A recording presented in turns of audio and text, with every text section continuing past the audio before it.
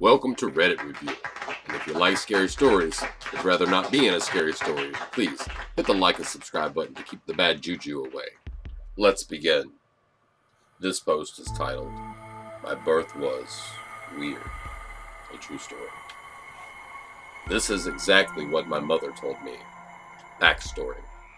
When she gave birth to me, she was trying for about 8 hours until she got an emergency C-section. They cut up her torso and just picked me out. She tried for 8 hours, but the midwife, the nurse that was helping her give birth, did something wrong. It's hard to explain, but I couldn't be birthed normally, and the nurse didn't realize that. Then, my mother started screaming and panicking, which got the attention of the doctor. The doctor instantly saw the problem and got her an emergency C-section.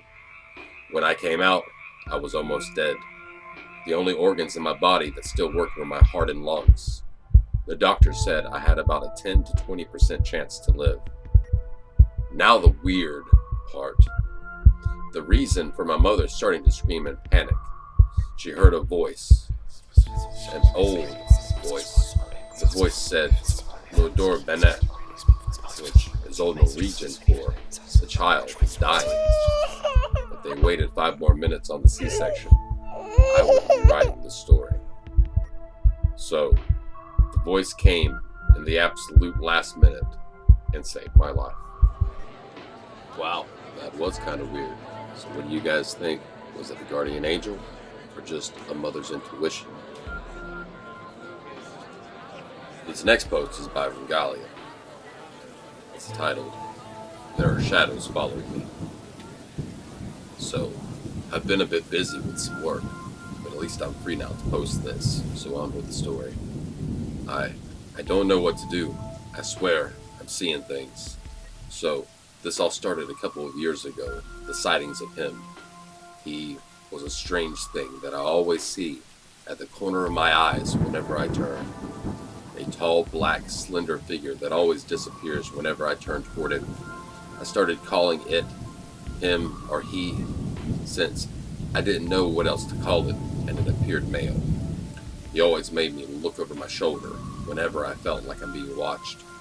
Sometimes he's outside my bedroom window or across the street, but sometimes he's behind the next door I open or right next to me. He always gave me a sense of dread whenever I see him, something I haven't felt in a long time. I don't see him anymore, not until my parents told me that he could be some sort of guardian spirit or something. I don't think that he's gone though. I can still feel his gaze shiver my spine and make me look over my shoulder. But now I have another thing following me, something I haven't named yet. It only shows up in the dark, or in the dark corners of a room. I see it in the night, whenever I walk around the dark halls that cross past me, right in front of me. The thing seems similar to a wolf, but I don't see any other features. Like him, I hated them. They're screwing with my head. I'm trying so hard not to show the effects they give me, but I think that gave me a curse. I'm feeling myself fall into nothingness, into the darkness of my own mind. I'm getting more and more nightmares, but these are the ones repeating. I always find myself in a toy store first, full of playthings like Legos and Nerf weapons, but I always walk past these things to walk in between a spot where the shelves and find myself in some industrial area. I walk off through the halls, the soles of my shoes tapping along the steel floor. I suddenly fall and slide on abnormally large pipes, thinking that this place was a bit bigger than it seemed on the outside. I land roughly in another hallway, but this time there are other people running around, people wearing tactical suits carrying around guns. I wander alongside one of the masked soldiers until I end up back outside. The area was fenced off from a large desert, and a large latch opens up around 10 meters to my left. A rocket fires out from the opening as loud sirens blare out and soldiers and scientists scramble about. I run to the nearest door and slam into it. I find myself stepping on a carpeted floor and looking out into the interior of a large apartment. I wander around, looking, go into every room, until I open a door to see a little girl sitting in front of a TV that's just playing static. She was singing along to a tune that creeped me out until I noticed the walls. I don't remember what was on them, but I ran from that room. Every other door I opened, I find the little girl. I ran until I found myself in the middle of a dark hall. I tried to see what was at both ends, but couldn't see anything. Then I saw it, the wolf. I believe it caused a loud buzzing to go off in my head, so I tried running from it, covering my ears and screaming like the shy guy from SCP Foundation. I ran until I began seeing a light. I look up, thinking that I finally found the exit to this heck hole. Then I saw him.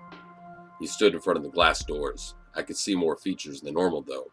He was over 7 feet tall, and his wrists touching the ground. He wore no clothes, but it's not like he had anything to hide. It seemed like every organ and muscle that what's supposed to be in his abdomen and legs were gone, and he didn't seem to be of any gender at all. I still couldn't see his face, but I could feel his gaze. I thought immediately, well, here we go again, before suddenly waking up with my heart about to explode, cold sweat soaking my clothes, and a massive headache eating away my mind. I hate these things. I don't know what they are, but if anyone knows how the heck to get rid of these things, please help me. I have a feeling I won't last long. Please help me. Okay, so is this poster trapped in a spiritual war taking place somewhere in between the waking world and the dreaming one? Or perhaps they just need to lay off the magic mushrooms before bedtime. This story is called I Hate Wardrobes, and it's posted by The Thighs of Zeus. I hate wardrobes. Closets are okay, but if it's one of those big, wooden, ugly cabinets, I will not step into the room. If you know me for a while, you will probably find out about it, and I say it's irrational to hate wardrobes. I usually agree with you and try to move on from the subject. Of course, it's not completely irrational, but it isn't worth explaining most of the time. Only my family knows why I got the distaste, and they don't even believe me, so what's the point? I'd rather seem irrational than crazy, I guess. When I was little, we would visit my grandma's house every summer for at least a month. My family lived in Minnesota, and she lived in Georgia, so, of course, I really enjoyed those summers. It was a big house, old, with no air conditioning. Grandma had lost my grandpa when I was about 2, so I never knew the guy. Regardless, she seemed cheery most of the time. I guess she enjoyed our company. Neighbors were few and far between, so the backyard was huge. I would spend most of the day finding sticks and going on adventures. Usually those consisted of me rolling down hills, getting dizzy, and picking a direction to run. It was a pretty awesome time. One thing I remember, though, is that the nights were really warm. Like I said, no air conditioning, so I'd have to use the thin sheet, light blankets, or wake up drenched in sweat. The guest room I was in was on the 2nd floor, so maybe heat rising up there made it worse. Is that how the saying heat rises works?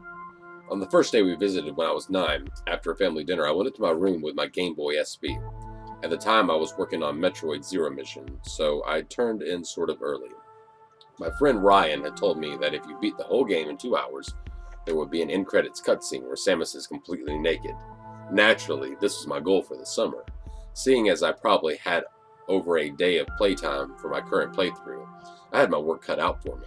When I got in my room, I noticed something new about it. In the corner, a few feet from the foot of my bed was, you guessed it, a dark brown wardrobe. At the time, I had no ill will in my heart towards them, so I sort of shrugged and opened it. There was only one piece of clothing on the hangers, one of those red long john pajama looking outfits. I think they're called a union suit. Yeah, those things can burn in heck right along with wardrobes. I started hanging my clothes up to fill the space, put my suitcase at the bottom and shut the doors. It, of course, gave off one of those annoying old creaking noises as I did. After a couple of hours of the good old Game Boy Advanced SP grind, I was ready to go to sleep. I noticed I was sweating a little, so I opened the window. I closed my eyes for about a minute before sighing and taking off a couple of the blankets, leaving me with one sheet. For good measure, I stuck my feet out from the bottom. With the temperature balanced, I started to nod off. I remember half dreaming that I was riding a bike back in Minnesota. As I fell more and more asleep, the bike got faster, and I leaned forward. Suddenly, the chain locked up, and I flew over the handlebars.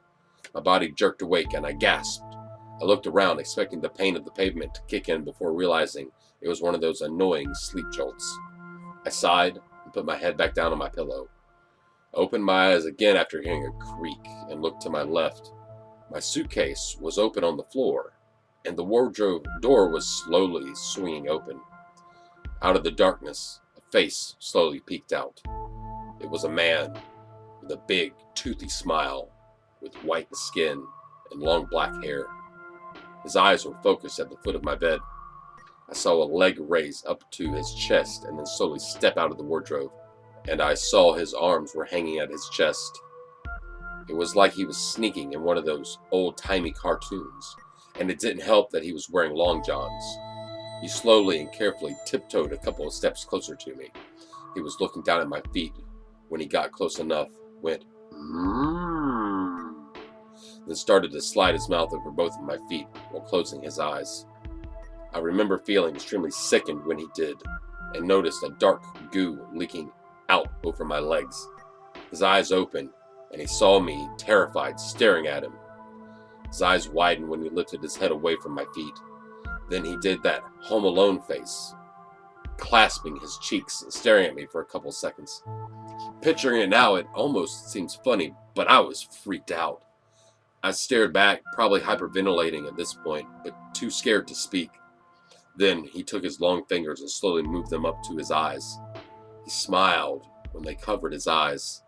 Then he took the same exaggerated steps back into the wardrobe, wiggling his way between the clothes. Every couple of seconds I would see his fingers moving as he was taking peeks to see if I was still watching. Besides that, he didn't move for what felt like an hour. Then, I think after seeing I was not calmly going back to sleep, he covered both eyes with one hand, and with the other, he blindly searched for the door. It slowly creaked back shut. That's when my brain finally said, "Run!" But as soon as it did, the door swung back open, and I screamed and threw my blanket over my head. I heard him jump on the bed and felt his hands and knees on me. I felt his face dig into mine, so I raised my arms to hold back his face in the blanket. I could see his mouth opening and clacking shut inches away from my face, until all at once, I felt the weight leave my bed. After that, I ran into my parents' room and spent the night shivering between them. The next day, I asked my grandma about the wardrobe, and she said, "Well, actually, no one has lived in this house for 50 years. Ooh. Not really. She just said that she bought it at a bazaar, and then started talking to my parents about what she was watching on TV the night before. After explaining what had happened to my family, they all agreed that I should stop watching anything remotely scary for the time being so I wouldn't get any more strange nightmares. Still, I have never trusted wardrobes since then, or long johns for that matter. But you don't see long johns as often, so most of my hate went into those stupid cabinets." Now that was perhaps the most intense and descriptive story yet, but I think we can all see where this poster made his big mistake. Never leave your feet hanging off of the edge of the bed. Those have been today's stories by the Reddit Reviewer, and if you enjoyed what you heard, please consider hitting that like button and subscribe. Until next time, keep the lights on and your wardrobes locked.